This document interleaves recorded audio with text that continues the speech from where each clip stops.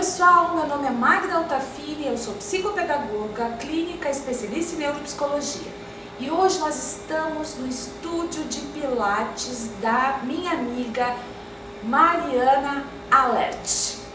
A Mariana é professora de educação física, mestre em educação e consultora materna. Vamos ver o que significa isso.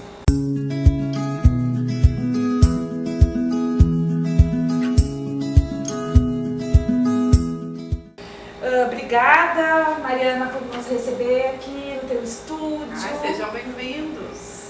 A gente fica muito feliz, tá, em poder estar aqui e aprender um pouquinho contigo sobre a questão da preparação para a maternidade, todo esse trabalho lindo que tu faz, né, com as mamães de primeira viagem.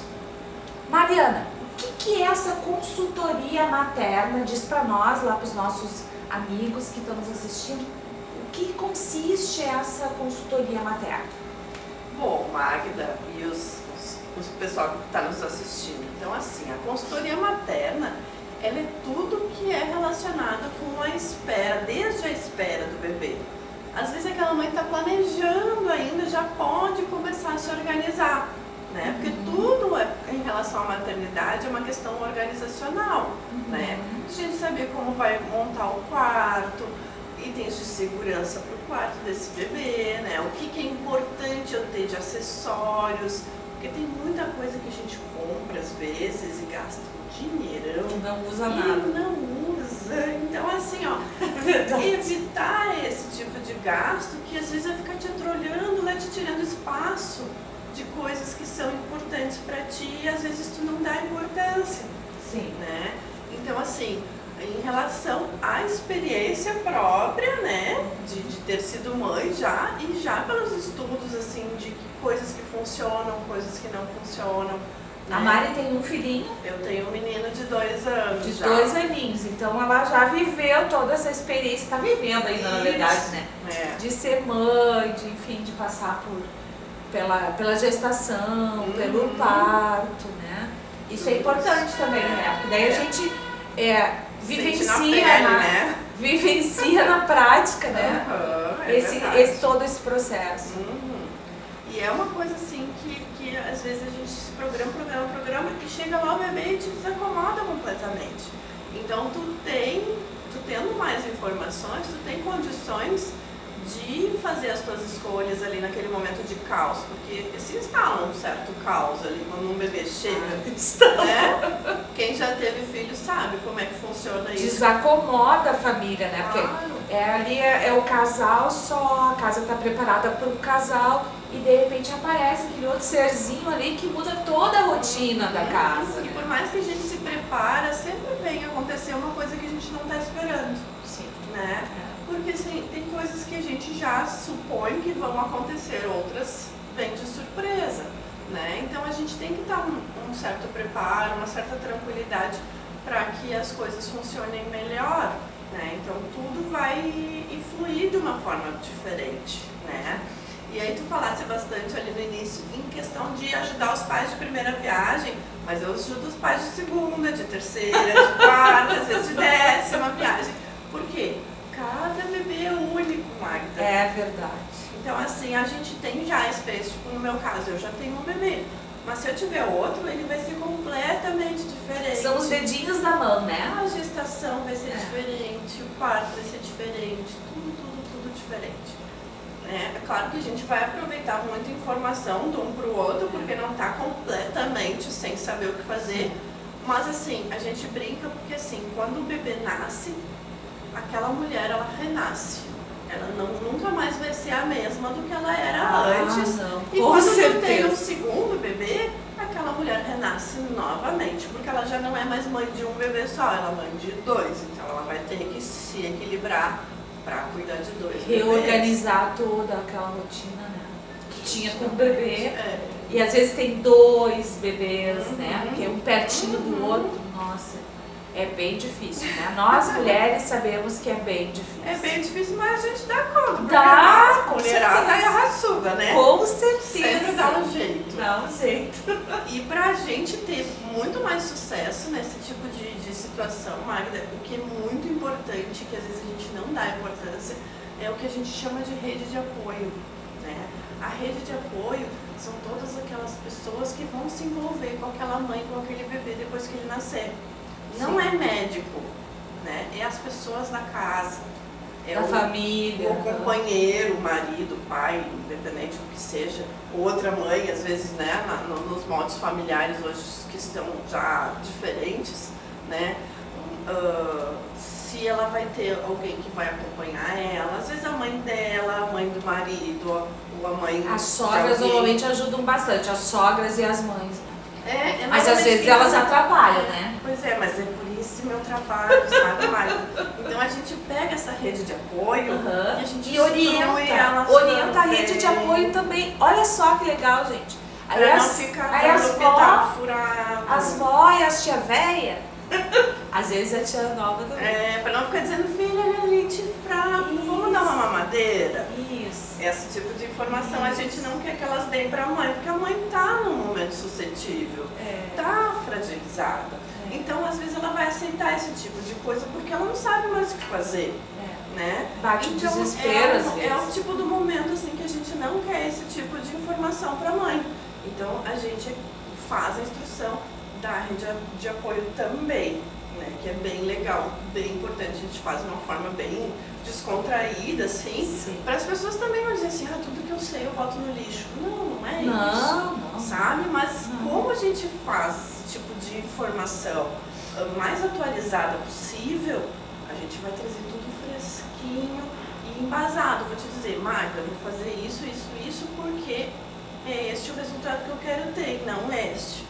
Né? Existe muito assim aquela coisa de antigamente. O que acontecia com uma mulher antigamente quando ela tinha filhos? Conta pra nós. Ela ficava na casa da mãe, ou a mãe ia pra casa dela, ou elas tudo moravam meio junto, né? Sim, aquelas então, grandes famílias. Então assim, uma cuidava da outra. Era muito mais fácil. Hoje com essas coisas assim, de cada um morar num canto, e né, fica o pai e a mãe, e não tem ninguém pra ajudar. Né? É bem complicado isso. E é esse momento assim, desses primeiros meses, é a fase mais importante para aquela mãe se reorganizar, né? Se achar enquanto pessoa naquele mundo. Porque muda a identidade dela, Com certeza. Muda a identidade. E eu vou dizer sinceramente que na minha prática pessoal, eu consegui olhar para o espelho e ver quem eu era quando meu bebê tinha 6 meses. Então, assim, 6 meses é bastante tempo. É bastante tempo. Não quer dizer que eu não sabia quem eu era, não sei o quê, mas quando eu me olhei no espelho um dia, eu pensei, mas tu tá aí ainda, né? Porque a mulher desaparece. Não sabia quem eu era. A mulher desaparece, né? Daí tu passa a ser mãe, aquele bebê é parte de ti e é meio complicado. É meio complicado de lidar com tudo isso.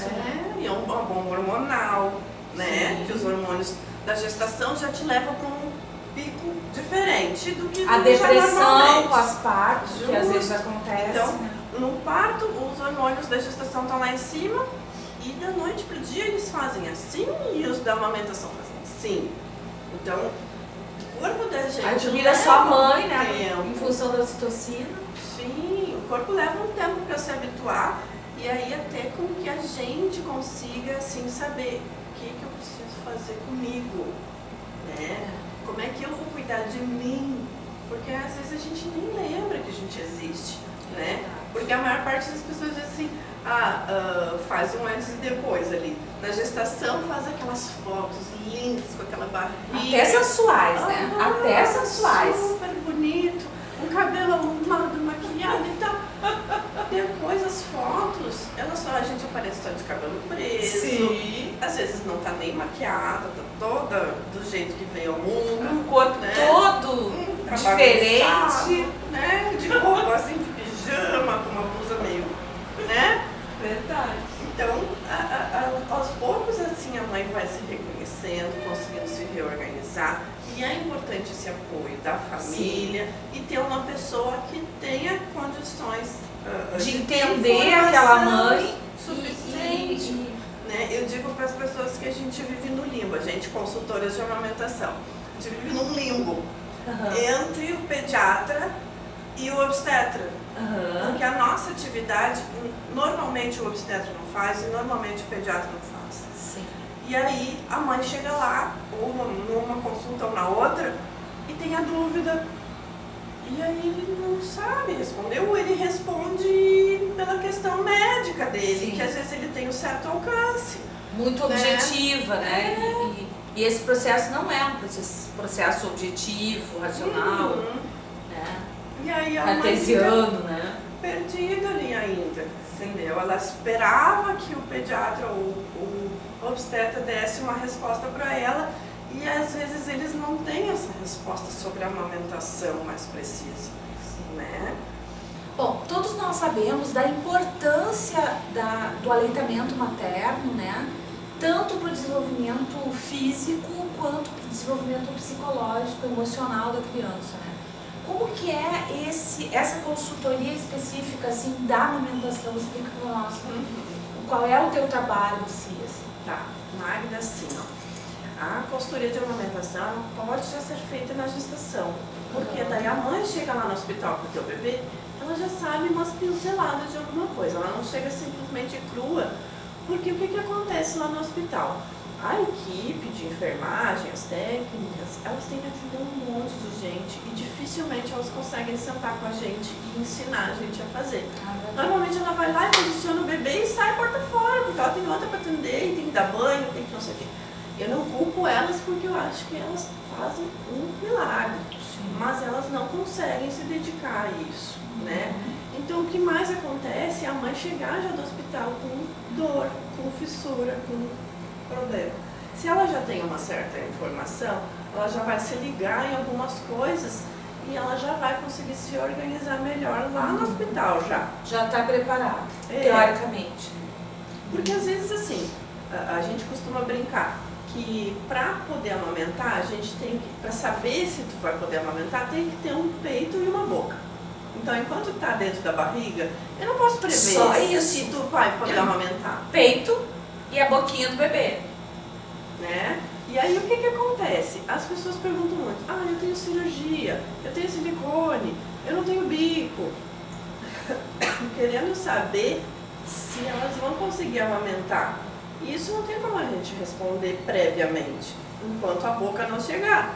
Né? Quando chegou a boca, adorei a gente coloca pra mamar e aí a gente vê como é que tá, porque a gente tem que analisar a boca do bebê também, né? Porque às vezes tem a língua presa, o lábiozinho é mais preso, a boca não abre o suficiente, dependendo do tipo de parto, pode ocorrer algum tipo de disfunção que ele não consiga abrir a boca o suficiente para mamar, né? De maxilar, de maxilar, de pescoço, né?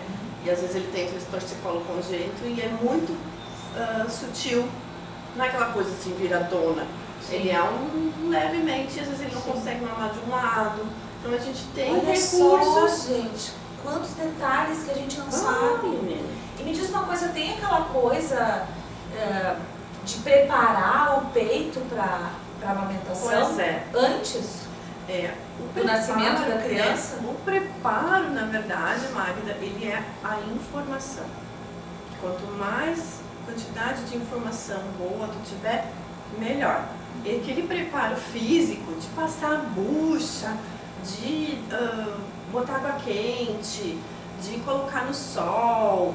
Não tem mais isso? Não tem mais nada. Concha, então, nem pensar. Quê? Conchas. O que é isso? Hoje em dia, o pessoal usa tal das conchas. Na gestação, eles indicavam concha rígida. É tipo uma conchinha mesmo. Concha de feijão? Não, é uma concha feita para amamentar. E ela tem um buraco. para encaixar no bico do seio. Ah, tipo aqueles que vende na farmácia? Isso! Ah, isso que você chama de concha. Porque tem 2 tipos de concha que eles falam lá, que a concha para preparo e a concha para amamentar. Sim. A concha de preparo, ela seria uma concha rígida, mas a gente não usa isso, porque a gente pode até causar um edema na mão. Não tem necessidade não disso, tem necessidade, gente, não nenhuma. tem necessidade, tá? Não precisa passar pomada, creme, nada, sabe? Eu tenho uma filha de 27 anos, então faz tempo, né, que eu aumentei, só tenho uma filha de 27 anos. E no meu tempo a gente fazia uma preparação de cortar o bico do sutiã, né, cortar o sutiã assim e fazer pro bico sair, para ficar ossando. Pra ficar coçando na roupa. Para fortalecer o bico, para fazer o bico, isso é mito. Não precisa, cai em tudo. Isso é mito. Tudo mito. Tá, e a história de pegar sol também para fortalecer a pele. Não tem necessidade, porque também o que a gente tem assim, Magda? Na parte da areola, que é essa parte mais escurecida aqui, né?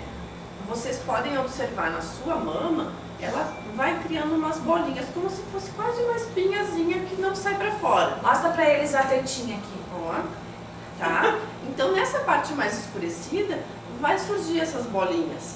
Elas soltam uma secreção. Tá? Essa secreção, é claro que ela não é visível, a olho nu, não fica saindo meleca do peito, assim, sabe? Mas ela já é responsável por fazer a parte de hidratação suficiente para o que o peito necessita para preparar. Gente. Então lá na gestação, o próprio corpo da mãe. Você sabia disso? Eu não sabia disso. Olha que legal. A natureza é perfeita, né? O hormônio funciona. É questão toda hormonal, então o desengate hormonal ele é importante porque daí o corpo mesmo vai preparando, sabe? Então essa parte ela normalmente vai ficar escurecida, a areola, né? É por isso que escurece. Eles falam muito a questão do escurecer o peito, que é pro bebê achar, né? Aquela parte que ficou assim mais destacada. Acho que o bebê não enxerga. Tipo mami aqui, né? Mas é uma questão dos hormônios que eles estão se desenvolvendo, estão levando muita informação pra cá, né? É uma parte que a gente não usava, assim, né? Diariamente. Pro uso real. Isso, diariamente ela não é usada, assim. Então ela vai ser usada praticamente 24 horas por dia. Sim. Então não existe a possibilidade de não ter uma sensibilidade. A sensibilidade ela vai existir desde o momento que você ficou grávida, né? Você já sente o peito um pouco mais rígido, um pouco maior. Aumenta, né? Às vezes o peito já aumenta muito antes da barriga. Um certo trabalho ali interno, né?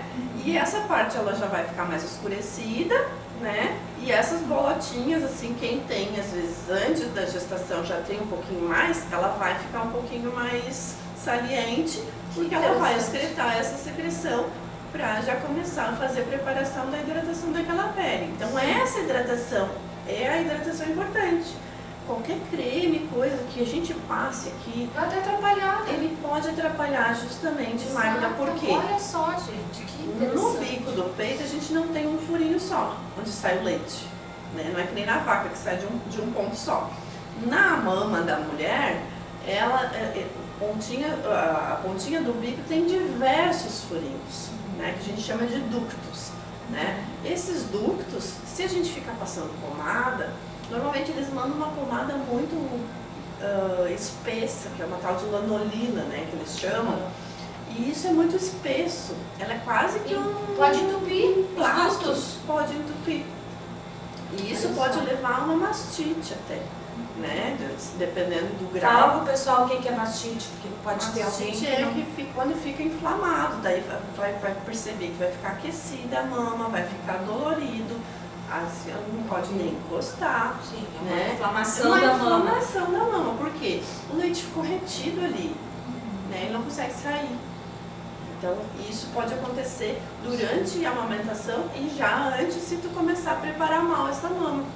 Né? Então, o preparo da mama, ela é informação. Né? Então, se tu souber que tu mesma já secreta tua própria hidratação aqui no bico do seio, tu não precisa passar nada. Tá? É bem legal, bem importante e não precisa usar nenhum acessório. Né? Às vezes as pessoas me perguntam, o que eu preciso comprar para poder amamentar? Não precisa comprar Já nada. vem tudo já vem pronto tudo de fábrica. É verdade. E a história do bico, de fazer o bico? Pois é, o que a gente tem aqui? Eu tenho um outro Explica acessório pro pessoal, porque tem essa história, né? Ah, eu não amamentei porque eu não tinha bico. Aham. Conta pra nós. Também, é uma outra lenda urbana. Mito. De uma Mito. forma. Aqui, ó, gente, eu tenho várias tetinhas com bicos diferentes, Ó, tá? mas assim, ó. Ver se dá Sim, pra sim. enxergar, ó. Esse aqui bem bicudão, tá? Bico bem grande. Isso, esse é um bico mais normal, esse já começa a ser um pouquinho menorzinho. Uhum. Esse aqui bem reto, bem plano, e esse aqui já tá pra dentro, tá? Tem todos esses tipos de bico. Isso, todas as mulheres podem ter qualquer um desse tipo. Então Uhum. vocês já podem já olhar lá dentro da blusa qual é o meu tipo, tá? Esses bicos aqui, todos, eles podem amamentar. Todos. Por quê? O bebê, ele não mama no bico. Se ele mama no bico, ele tá mamando errado. E Olha aí ele só. vai te machucar, Olha só, gente. tá? Então, a gente achava que mamava no bico. Onde é que eles mamam, então? Ele tem que mamar a areola. A auréola toda, ele tem que pegar toda a Ele tem que auréola. pegar Toda a tudo. auréola. Isso. Então o bebê, quando ele for mamar, ele tem que fazer uma boca grande. Ele tem que abocanhar uma parte grande da areola. Uhum. Às vezes, quando a areola escurece, lá quando a mãe já está na gestação, ela aumenta um pouco de tamanho até, Uhum. tá? E às vezes a pessoa se preocupa, ai, mas o meu bebê ele nasceu tão pequenininho, ele não consegue abocanhar toda a areola. Mas ele não precisa abocanhar toda a areola, Sim. se ela for muito grande. Mas ele precisa abocanhar grande parte dela, Sim. tá? O mais possível, né? Para que serve o bico do peito? A gente, ele tem basicamente dois objetivos para ele existir, assim, enquanto pontinha para fora. Um é para a gente provocar o nenê, para ele abrir a boca. Que normalmente a gente raspa a auréola O biquinho na o boquinha biquinho pra ele abrir a boca. perto da boca, e aí ele se liga e Abocanha. vai abrir, tá? Quando ele abrir bem a boca, que eu vou deixar ele botar a boca no meu peito. Se ele ficar Porque se ele pegar só o bico também acaba machucando, não né? sai Racha daí, não suficiente, sai. aí ele faz mais força e ele te machuca. A Aham. ideia é essa. Olha só. Porque ele tem que ordenhar a mama. Ele não mama, ele não chupa a mama. Ele ordenha, Ele ele massageia faz um aqui. movimento. Ó, pessoal, Isso. ele massageia aqui, né, com a boquinha, e aí Pra sair o o leitinho leite. vai saindo pelos buraquinhos do bico. Isso.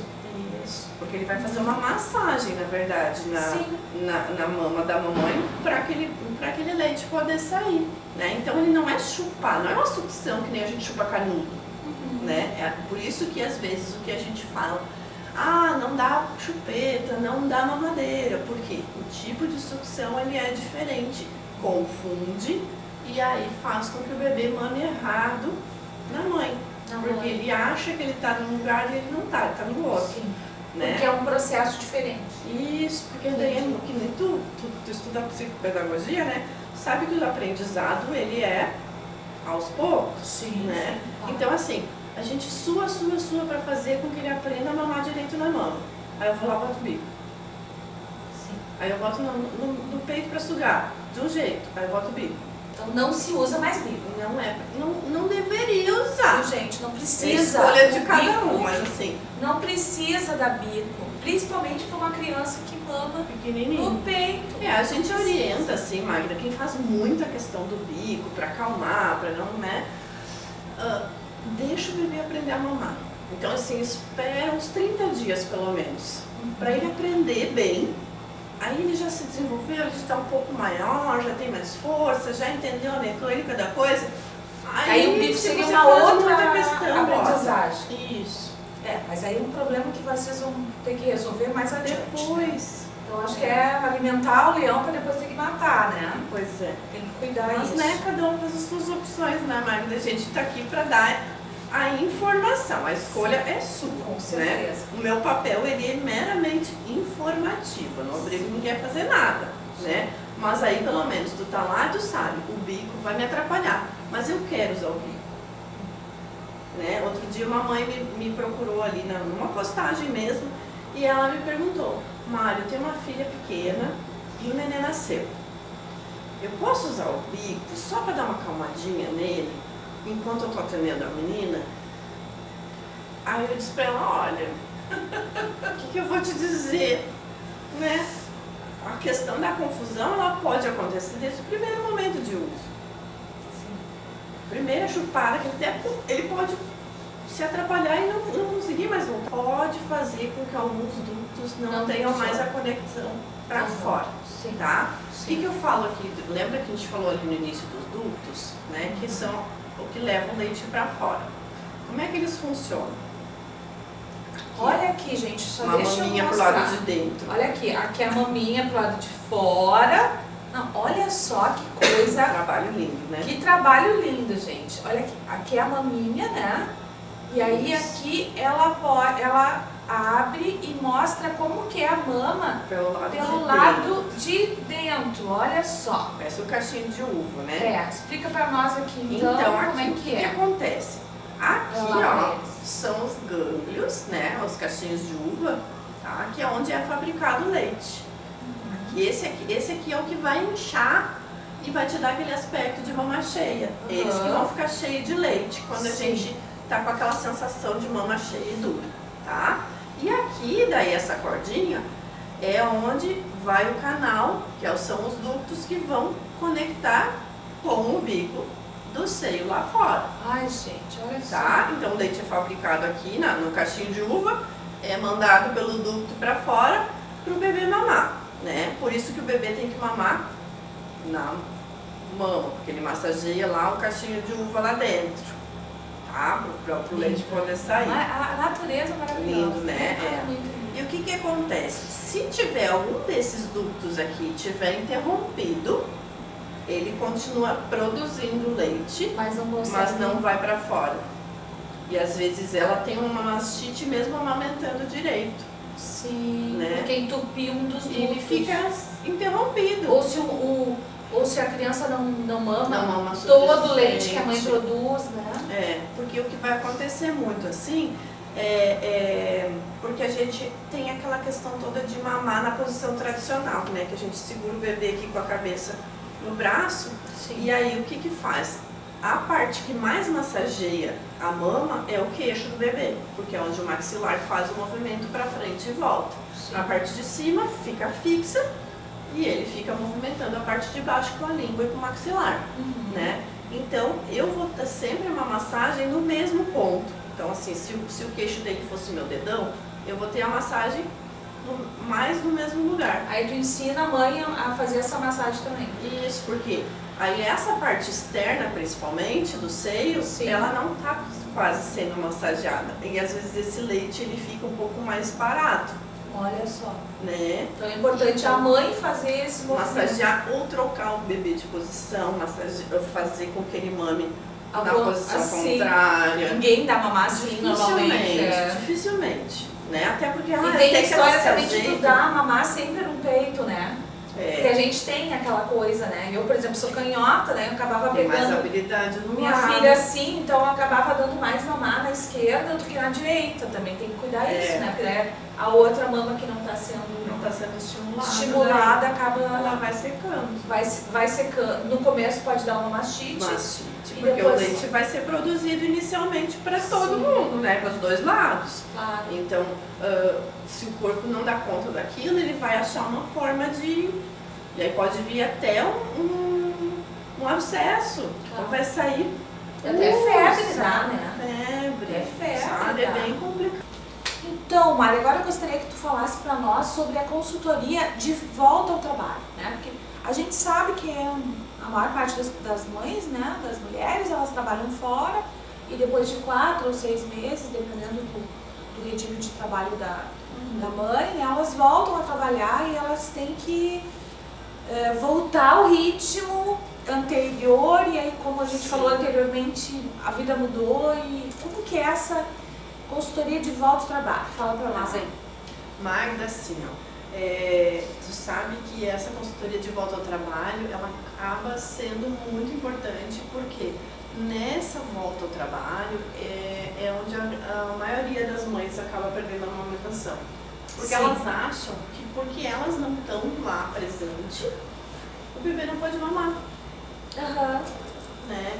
Então, assim, a gente faz com que elas aprendam, e normalmente tem um cuidador, que seja contratado, que seja uma avó, um pai, ou a própria escola, às vezes não tem informação suficiente. Eles têm medo de uma coisa nova. E eles querem dar o leite, por mais que a mãe ordenhe, na mamadeira. E isso, como a gente já falou antes, ele causa uma certa confusão na cabeça do bebê. E depois, quando ele vai mamar na mãe, acaba mamando errado e fazendo algum machucadinho, né? Então, qual é a importância toda disso? Primeiro, que para a mãe poder manter a produção do leite, ela precisa ser estimulada durante o dia também, enquanto ela está fora.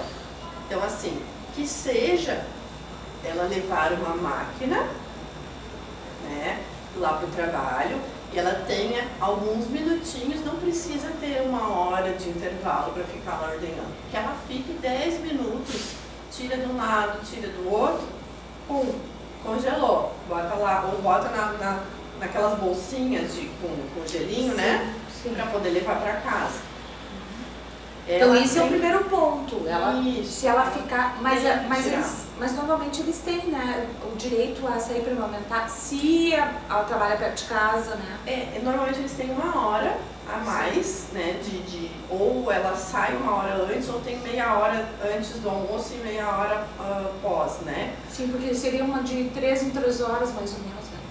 Porque a gente sente, Mais né? ou Depois de menos, 3 horas isso.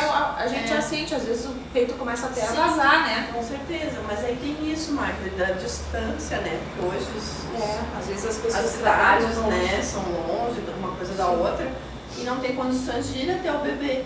Então ela tem que tirar ou com a máquina ou fazer essa ordenha manual, que seja só para fazer o alívio da mama. E o estímulo da mama para não parar de produzir. Para a mama entender que está produzindo, porque quanto mais a mama ficar cheia, além de ter aquela questão toda de causar mastite, o teu cérebro entende que tu não precisa produzir mais, porque está sobrando.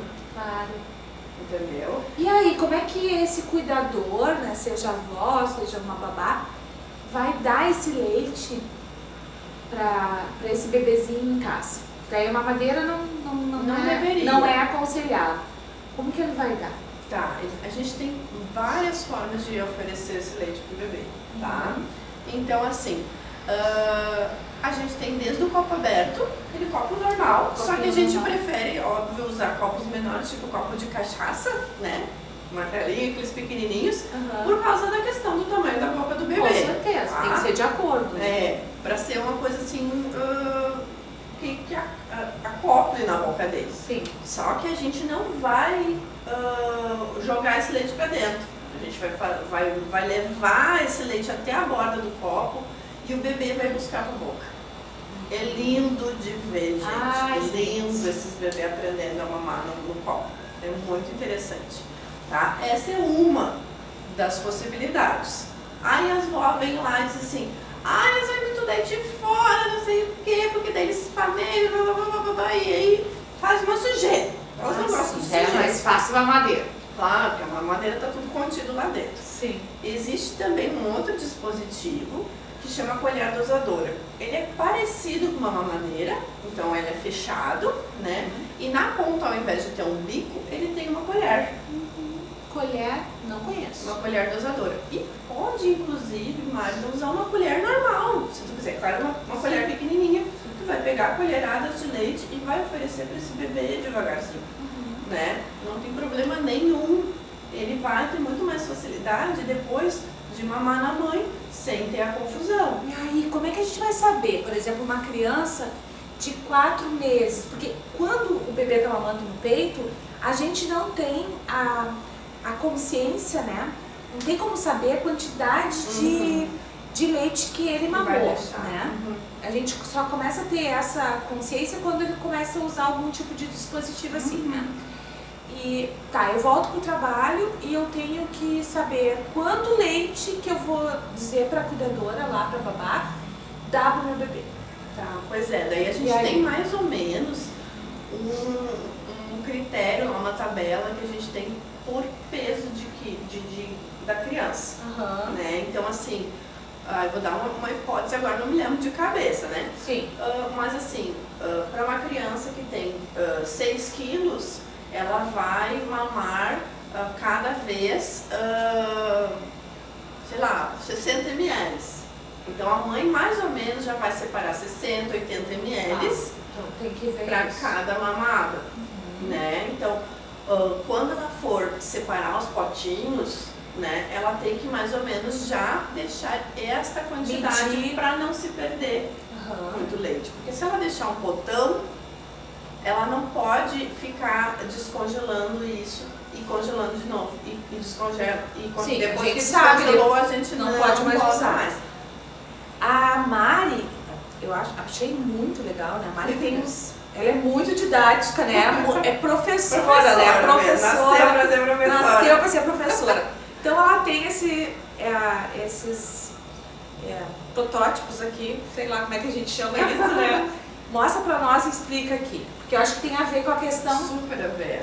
Tem tudo a ver, Essa né? aqui é mais em relação ao bebê recém-nascido, tá? Sim. Esse bem pequenininho é o estômago do recém-nascido. Ele tem até 7 ml.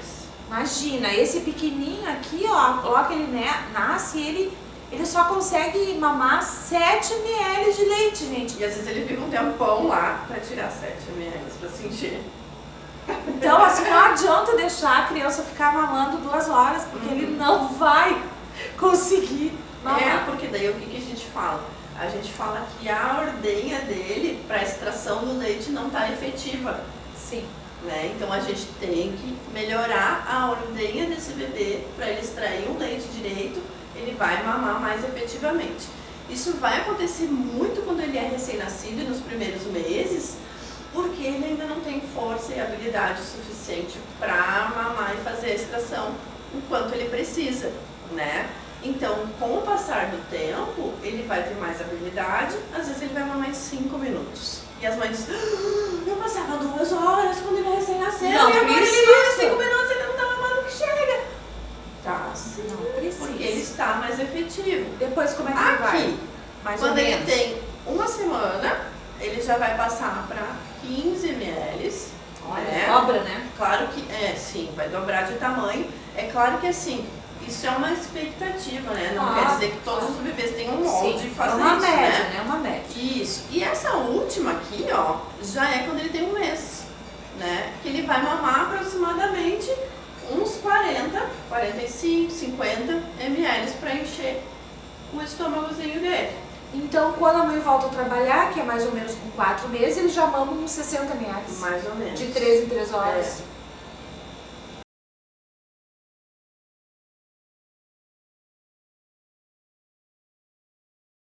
A gente não estipula assim, quando ele tá no peito, a gente não bota horário porque tem a vida demanda, mas depois mais ou menos a gente vai tendo noção do quanto que o bebê precisa e os sinais de fome que são legais de a gente falar sobre isso. Então, fala sobre isso. Quais são os sinais de fome mesmo? E como identificar, né? Porque às vezes é mãe, às vezes mãe que a gente diz é querer um colinho, querer uma atençãozinha. Mas assim, o que a gente fala, Magda, assim, que o peito ele não é só alimento.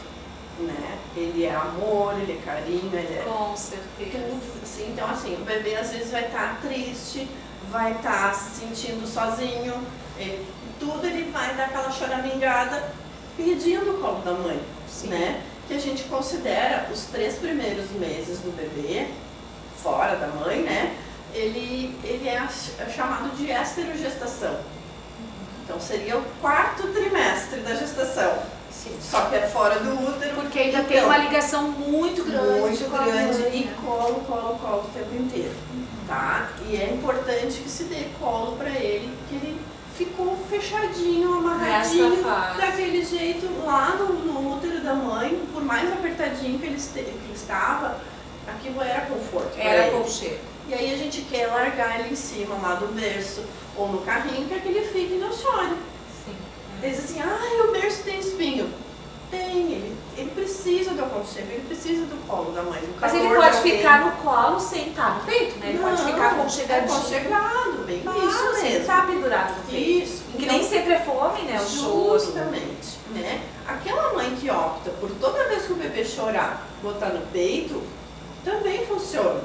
Porque isso é uma forma de acalentar o bebê também. Né? A mesma coisa que tu gostar de receber carinho, o bebê vai querer gostar de receber o mamar dele, que também é uma forma de carinho. Sim. Tá? Mas, para quem quer só alimentar, a gente vai poder fazer de uma forma que assim a gente perceba. É claro que isso é gradativo e tu tem que ir observando o bebê e ele vai mostrar bem direitinho que quando ele tá com fome, ele já começa, não é o choro, a fome, ele já começa a movimentar a cabeça para os lados, como se ele estivesse procurando uma coisa, né? É importante a gente observar o bebê, o nosso bebê, né, para diferenciar o que é um chorinho de fome, o que é de dor. E aí tu vai prestando atenção. Nessa fase ele não está chorando ainda.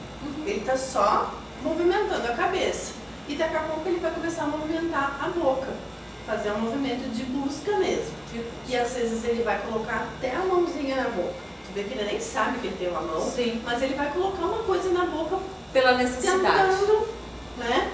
E aí, se tu colocar ele no peito nesse momento, tu tem a probabilidade de ter muito mais conforto para amamentá-lo, né? E assim, o sucesso na amamentação ele vai ser muito maior. Por quê? Quando ele está esganado, chorando, ele já está vesgo de fome.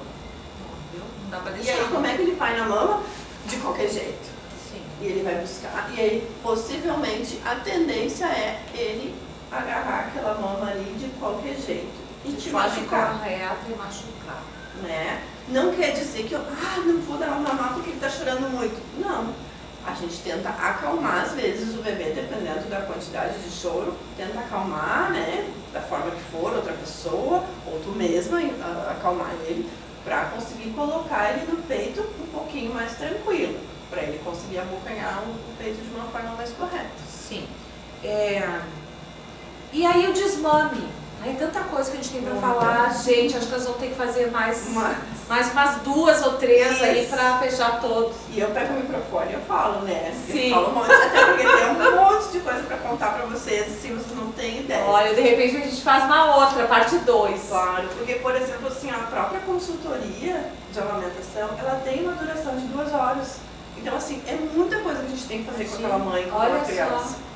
Sabe? E o desmame? Então, Magda, o desmame é um outro problema, é um outro capítulo, porque o desmame, para ficar bem claro, que ele é uma opção da mãe. Não é opção do marido, não é opção da família, não é opção da escola, não é opção de ninguém, é opção da mãe, tá? Primeiro, para ficar bem claro, tá? Então, assim, quem tem que estar a fim de desmamar é a mãe. O bebê que mama continuamente, dificilmente ele vai desistir da mama assim. Oi, mãe, não quero mais. Dificilmente. Por quê? Ele gosta. Se ele mamou prolongadamente, é porque tá bom pra ele, né? Então, assim, o processo de desmame a gente pode iniciar a partir de 1 ano. Sim. Né? Normalmente, essa criança, para ter mais facilidade de conseguir ser desmamada, ela tem que estar numa fase de cognição mais avançada, né? Então, normalmente ela já está balbuciando ou já se comunicando de alguma certa forma. A maior parte delas, se estiver caminhando, também facilita a vida, porque a questão toda cerebral, ela está mais desenvolvida. Não tem nada a ver com a parte motora de perna, mas com a questão do cérebro, do cognitivo mesmo. Melhor, né? Então, o que acontece? Daí vai ter gente que diz assim, mas não é recomendado até 2 anos amamentar? Por que tu tá querendo desmamar com 1 ano? Não sou eu que tô querendo, não. Mas a gente pode fazer, porque a criança já tem um certo entendimento. Porque necessidade nutricional e afetiva, emocional, seria até 1 ano. Depois é só um carinho mais, né? Eu achei com a mãe. Eu achei com a mãe, né? Então não tem necessidade. Mas o leite não vira água, não, tá? Enquanto que o bebê mamar, ele tem. A gente nem falou do leite fraco. Isso. Bom, esse a gente vai ficar para outra vez. Não vai dar para falar tudo, gente. Não. A gente não pode fazer um vídeo muito longo, né? Sim. E aí o que acontece, Magda? A gente, a partir de 1 ano, a gente pode começar com desmame noturno.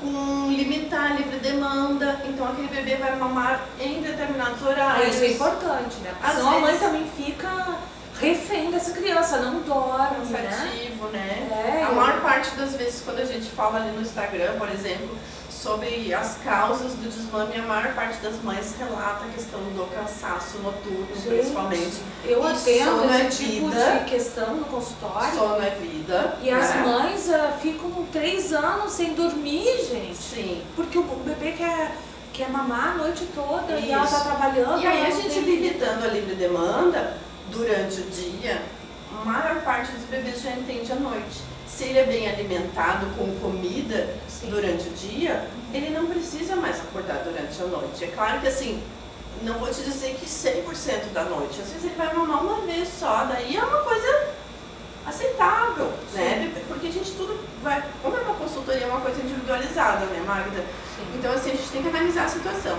Se vai ser um bebê de 1 ano, talvez ele não consiga zerar a noite toda as mamadas, mas a gente vai conseguir organizar e fazer com que essa mãe possa acordar pelo menos uma vez só, né? E aí vai lá e o bebê mama efetivamente e dorme. Mari, fala para os nossos amigos aqui do canal, teus contatos para consultoria, quem quiser entrar em contato contigo, depois eu coloco na descrição também. Isso, tá ótimo. Assim, ó, a gente tem a página do Facebook, as duas têm o mesmo nome, que é Mari Alert Consultora. Depois a gente vai botar por escrito, porque o meu nome não é assim uma maravilha de escrever. Mas depois eu coloco aqui embaixo. Isso, Mari Alert Consultora, tanto no Insta como no Face, tá? Os atendimentos são feitos através do celular, né? Para vocês poderem me chamar. Pode chamar pelas páginas também ali, que eu atendo sempre. Mas tem o meu celular, que é o 984-04-0006, né? Pode chamar no WhatsApp, isso, pode chamar no WhatsApp, bem tranquilo. E aí, assim, o que eu puder fazer dentro da página ali ou pelo WhatsApp, eu faço. Mas se é uma coisa que eu tenho que visualizar, que eu tenho que orientar, que eu tenho que estar mais perto, a gente vai ter que fazer uma consultoria, né? Tá. E daí a consultoria é home care. Normalmente vai ser home care. O que mais assim acontece é ali nos primeiros dias, a mãe recém voltou para casa, já pede. Às vezes a situação é tão crítica que tem que ir no hospital. Então assim, eu atendo no hospital também, né? Então assim, se tiver já a coisa ficando preta lá no hospital, chama logo. Não deixa ficar com uma situação muito crítica, porque aí às vezes a coisa fica mais feia e mais difícil de se lidar. Então assim, começou a machucar o seio, começou a dar alguma coisa ali na pontinha, avermelhou, tá? Já pede ajuda, chama gente. Porque precisa, porque é importante, né? Um lugar que é muito importante às vezes das pessoas saber que existe é o banco de leite. Tem alguns hospitais, não é todos, né?